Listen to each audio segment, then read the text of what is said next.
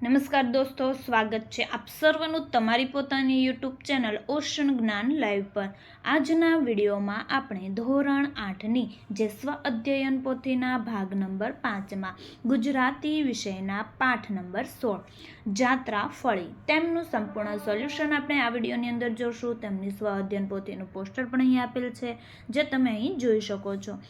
તો ચાલો શરૂઆત કરીએ। પ્રશ્ન નંબર 1, આપેલા વાક્ય માટે સાચો વિકલ્પ પસંદ કરો। નંબર 1, શેઠે લેખકને 1 મહિનાની રજા ન આપી, તો જવાબ આવશે બ, શેઠનો ધંધો સારો ચાલતો ન હતો।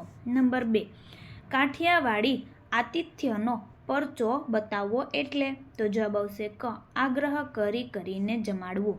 નંબર 3, લેખક ડૉક્ટર પાસે જવાનું ટાળતા હતા કારણ કે, તો જવાબ આવશે ક, સારવાર માટે પૂરતા પૈસા ન હતા। નંબર 4, કાકીમાં પૈસાનો ખર્ચ કરકસરથી કરતા હતા કારણ કે, તો જવાબ આવશે બ, તેમની છેલ્લી ઈચ્છા જાત્રા કરવાની હતી। નંબર 5, કાકીમાએ 20 રૂપિયા પોતાની પાસે શા માટે રાખ્યા, તો જવાબ આવશે બ, વળતા ઘરે જવાની ટિકિટ લેવા।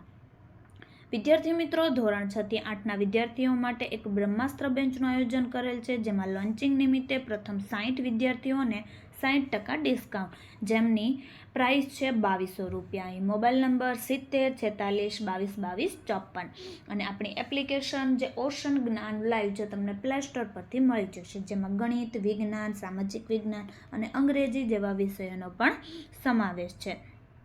પ્રશ્ન નંબર 2, સૂચના મુજબ કરો। નંબર 1, કાકીમાને લાગુ પડતી વિગતો શા માટે ખરું કરો, તો જોઈએ નિસંતાન, ધાર્મિક વૃત્તિવાળા, પ્રભુ સેવામાં રત અને દાન પુણ્યની ભાવનાવાળા। નંબર 2, લેખકને લાગુ પડતી વિગતો સામે ખરું કરો, તો ઘરનો આધાર, ગરીબ, નોકરિયાત, અધૂરો અભ્યાસ અને ક્ષયનો રોગી।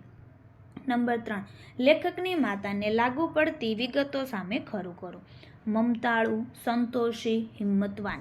નંબર 4, વનરા વનદાસને લાગુ પડતી વિગતો સામે ખરું કરો, કાકભાના સંબંધી, કાકીમાના ભાઈ, શરીરે ભરાવદાર, મોટી મૂછોવાળા અને ધાર્મિક વૃત્તિવાળા। નંબર 5, લેખકની પત્નીને લાગુ પડતી વિગતો સામે ખરું કરો, તો કે સમજદાર, નિસંતાન, થોડી ઉગ્ર અને પતિ પરાયણ।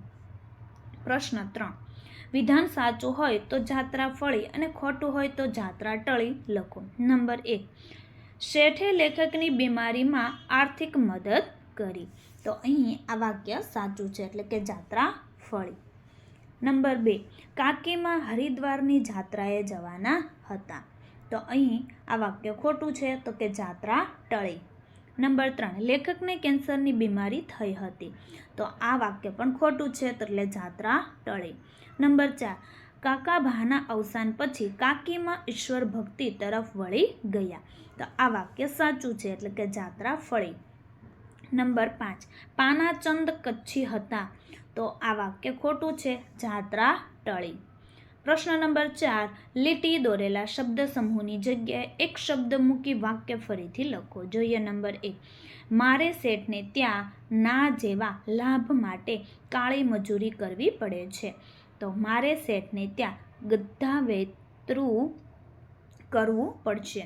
નંબર 2, મનજીભાઈને જેનો ઈલાજ નથી એવો રોગ થયો છે, તો કે મનજીભાઈને અસાધ્ય રોગ થયો છે। નંબર 3, ડૉક્ટરે રોગના કારણની તપાસ કરીને કહ્યું કે તમને ક્ષય થયો છે, તો ડૉક્ટરે નિદાન કરીને કહ્યું કે તમને ક્ષય થયો છે। નંબર 4, સામાન્ય માણસે દરરોજ જીવન જીવતા રહેવા માટે સંગ્રામ કરવો પડે છે, તો સામાન્ય માણસે દરરોજ જીવન સંગ્રામ કરવો પડે છે। નંબર 5, વરરાજાને બેસવા થોડા રૂની બનાવેલી કોથળી ખુરશી પર મૂકો, તો વરરાજાને બેસવા રજાઈ ખુરશી પર મૂકો. વિદ્યાર્થી મિત્રો, હાલ તમે ધોરણ 8ની અંદર અભ્યાસ કરી રહ્યા છો. નેક્સ્ટ તમે ધોરણ 9ની અંદર આવશો, જ્યારે તેમાં બ્રહ્માસ્ત્ર બેન્ચમાં શું શું મળશે? તો કે હાલના ધોરણ 8ના દ્વિતીય સત્રાંત પરીક્ષા પેપર પ્લસ સોલ્યુશન, ધોરણ 8ના દ્વિતીય સત્રાંત પરીક્ષા અસાઇનમેન્ટ, ધોરણ 9નો સંપૂર્ણ અભ્યાસક્રમ, ધોરણ 9ના બધા જ વિષયના સ્વાધ્યાય સોલ્યુશન, ધોરણ 9ના બધા જ વિષયની સ્વ અધ્યયન પોથીના સોલ્યુશન અને બીજી ઘણી બધી વસ્તુ. તો સ્વ અધ્યયન પોથીના સોલ્યુશનની તમને ફ્રી PDF પણ મળી રહેશે. તો વિદ્યાર્થી મિત્રો, અત્યારે જ ડાઉનલોડ કરો આ ઓશન જ્ઞાન લાઈવ જે એપ્લિકેશન, જે તમને પ્લે સ્ટોર પરથી મળી જશે. અને અહીં મોબાઈલ નંબર આપેલો છે 70 46 22 22 54. પ્રશ્ન નંબર 5, નમૂના મુજબ વાક્ય બનાવીને લખો. નંબર 1, સાચા હૃદયથી કરેલી પ્રાર્થના ફળ આપનાર છે. તો કે સાચા હૃદયથી કરેલી પ્રાર્થના ફળદાયી છે. નંબર 2, દરેક પ્રકારના રોગ શરીરને દુઃખ આપનાર છે. દરેક પ્રકારના રોગ શરીરને દુઃખદાયી છે. નંબર 3, તરસ્યા માણસ માટે એક પ્યાલો પાણી સુખ આપનાર છે. તરસ્યા માણસ માટે એક પ્યાલો પાણી સુખદાયી છે. નંબર 4, ચૈત્ર માસમાં લીમડાનો રસ શરીરને લાભ આપનાર છે. ચૈત્ર માસમાં લીમડાનો રસ લાભદાયી છે. નંબર 5, ખાટા ફળો રસ આપનાર હોય છે. ખાટા ફળો રસદાયી હોય છે. પ્રશ્ન નંબર 6, ઉદાહરણ મુજબ શબ્દ પરિવર્તન કરી લખો. જોઈએ. નંબર 1, જાગવું, જગાડવું. નંબર 2, આપવું, અપાવવું. નંબર 3, ગાવું, ગવડાવવું. નંબર 4, ઓઢવું, ઓઢાડવું. નંબર 5, છુપવું, છુપાવવું. નંબર 6, રડવું, રડાવવું. નંબર 7, જમવું, જમાડવું. નંબર 8, પોઢવું, પોઢાડવું. નંબર 9, રાંધવું, રંધાવવું. નંબર 10, તરવું, તરાવવું. પ્રશ્ન નંબર 7, ઉદાહરણ મુજબ લખો. નંબર 1, અપવિત્ર, પવિત્ર નથી તે. નંબર 2, અધાર્મિક, ધાર્મિક નથી તે. નંબર 3, બેકાબુ, કાબુમાં નથી તે. નંબર 4, અપૂર્ણ, પૂર્ણ નથી તે. નંબર 5, બેહોશ, હોશમાં નથી તે. નંબર 6, અસાધ્ય, સાધ્ય નથી તે. પ્રશ્ન 8, રૂઢિપ્રયોગનો અર્થ શબ્દ ચોરસમાંથી શોધો. તો જોઈએ. તમને શબ્દ ચોરસમાંથી શોધી અને આપેલ છે, જે તમે અહીં જોઈ શકો છો. પ્રશ્ન 9, ગણિત વિષય સાથે જોડાયેલા શબ્દો એકમમાંથી શોધીને લખો. જોઈએ. નંબર 1, મૂડી. નંબર 2, 30 રૂપિયા. નંબર 3, 100 રૂપિયા. નંબર 4, 500 રૂપિયા. નંબર 6, 2, 3. નંબર 7માં 700 રૂપિયા. Number 7, dozen. નંબર 8, અડધો મણ. નંબર 9, 5000. અને નંબર 10, 57 રૂપિયા.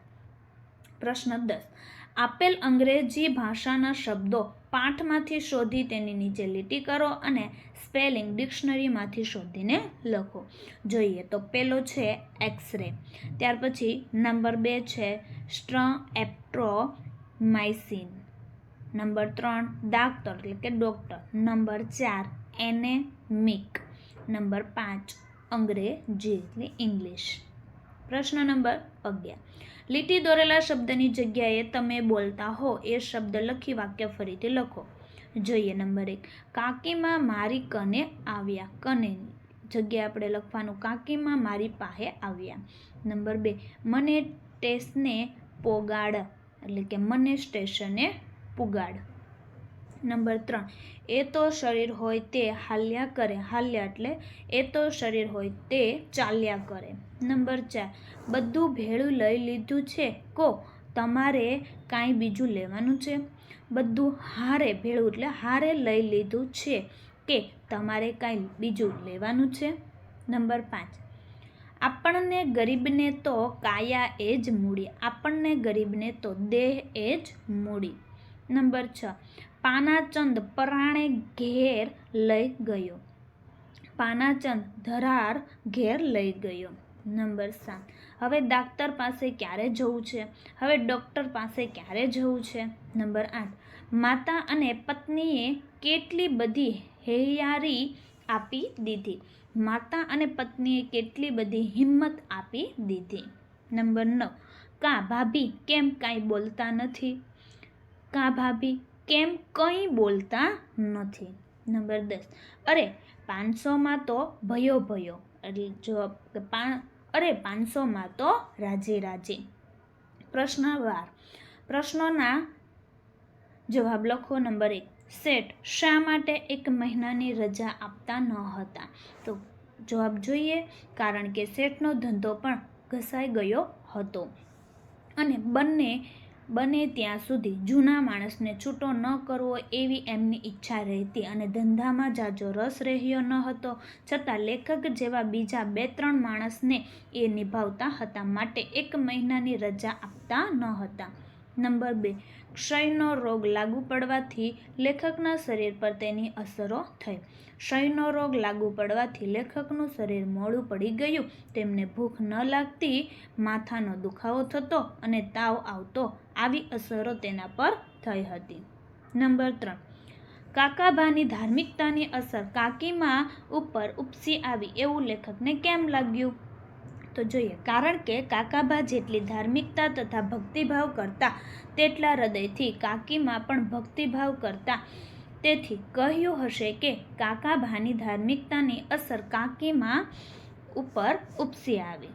નંબર 4, કાકીમાએ લેખકને આર્થિક મદદ ન કરી હોત તો કાકીમાએ લેખકને આર્થિક મદદ ન કરી હોત તો લેખક પોતાની સારવાર તથા દવાના પૈસા ન જોડી શકત અને પોતે ક્ષયની બીમારીથી ન સાજા થઈ શકત.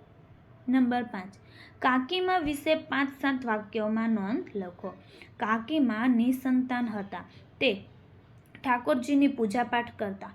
કાકાભાની ભક્તિ કાકીમા ઉપર ઉપસી આવી હતી. તેમણે જાત્રા માટે પૈસા ભેગા કર્યા હતા, પણ તે ભત્રીજાને દવાખાનાની સારવાર માટે આપીને મદદ કરી હતી.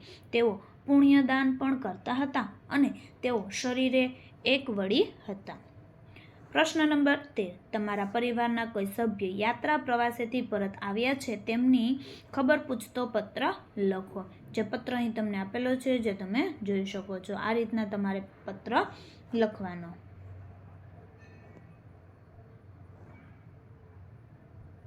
તો વિદ્યાર્થી મિત્રો, ધોરણ 8ની જે સ્વ અધ્યયન પોથીના ભાગ નંબર 5ના દરેક વિષયના દરેક પાઠના સોલ્યુશનના વિડીયો આપણી ચેનલ ઉપર મુકાઈ ચૂક્યા છે, જેનો અભ્યાસ કરવા માટેની લિંક નીચે ડિસ્ક્રિપ્શનમાં આપેલ છે. જો વિદ્યાર્થી મિત્રો આ વિડીયો પસંદ આવ્યો હોય તો લાઇક કરવાનું, ચેનલને સબસ્ક્રાઈબ કરવાનું અને એક સરસ મજાની કોમેન્ટ આપવાનું ભૂલશો નહીં.